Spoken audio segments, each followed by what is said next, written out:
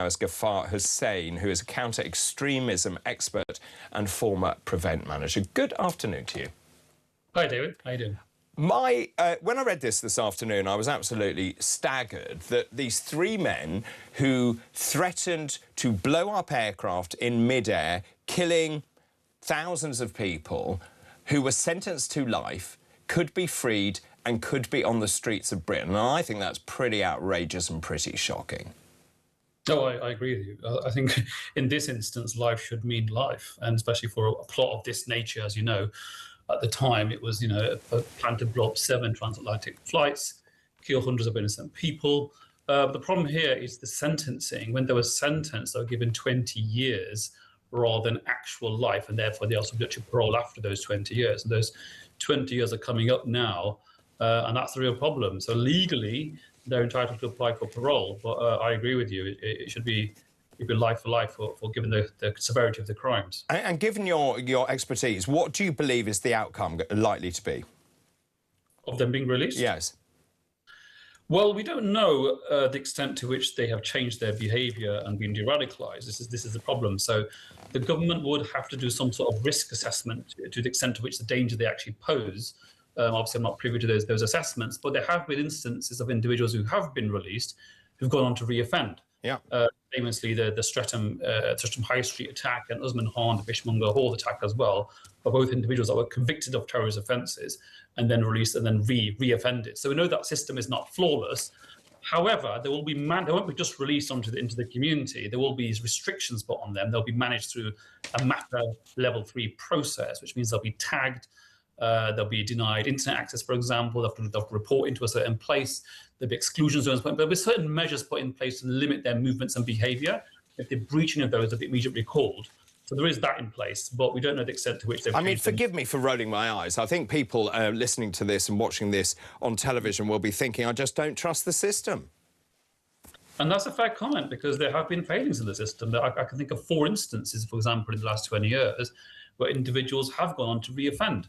But ultimately, it comes down to resourcing as well, I suppose. These decisions are made about how much resources do we have, to what extent can they be monitored 24 hours, to what extent can they be still kept in secure state. So these are all considerations that the parole board would have to consider. And of course, this is a big political hot potato. Zia Youssef said the public will be rightly appalled that these appalling individuals could be soon back on our streets.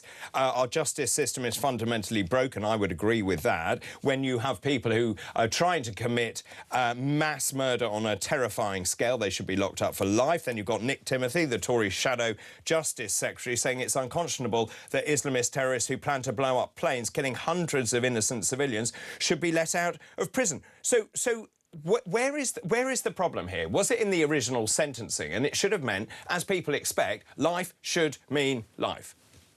I agree with you on that one. So the flaw here was the sentencing, because these 3 individuals were regarded as second-tier foot soldiers because they weren't planning it and building the bombs, but they were the ones who were going to take the bombs onto the planes and explode themselves on the bombs, and they recorded martyrdom videos. So they knew what they were doing. They were going to be fully involved in the delivery of this terrorist crime.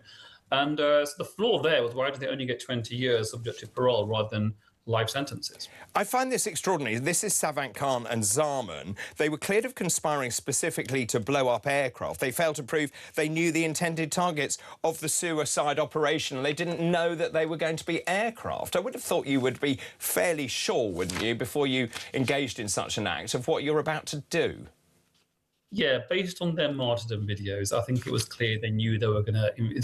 they knew involved in an operation to blow up and kill people, right? They were aware of that. They might have not known the exact airline and the exact time and date. Sure. But I think they knew what they were obviously involved with.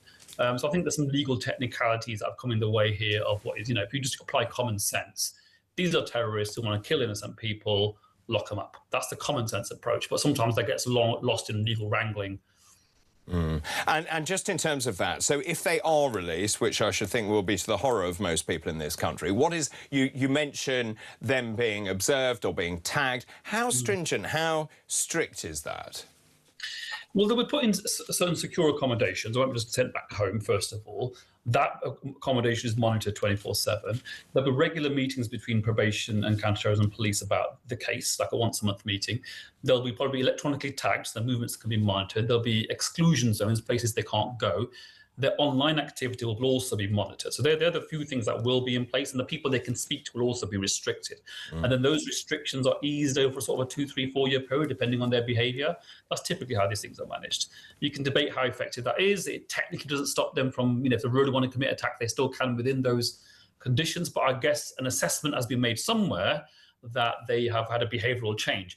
De-radicalization is notoriously difficult. Once someone's adopted a kind of a jihadist or extreme mindset, get them to completely change their views is very, very difficult. So most of the time what they go for is behavioral changes. Like, have they changed the way they intend to live their lives? And I guess an assessment has made somewhere that they have expressed some remorse or made some changes. But I don't know. I'm not privy to those details. And just finally, if I may, just let's talk about Prevent, an early intervention government programme designed to safeguard vulnerable people from being drawn into radicalisation and terrorism. Your experience of working with Prevent, how effective is it? It's in the cases that we have worked with, it has been effective. I think the problem with Prevent is it's difficult to capture all of those people that are radicalised, because it is a voluntary scheme at the end of the day. People have to choose to engage with the scheme. So those that choose to engage can be successfully turned around.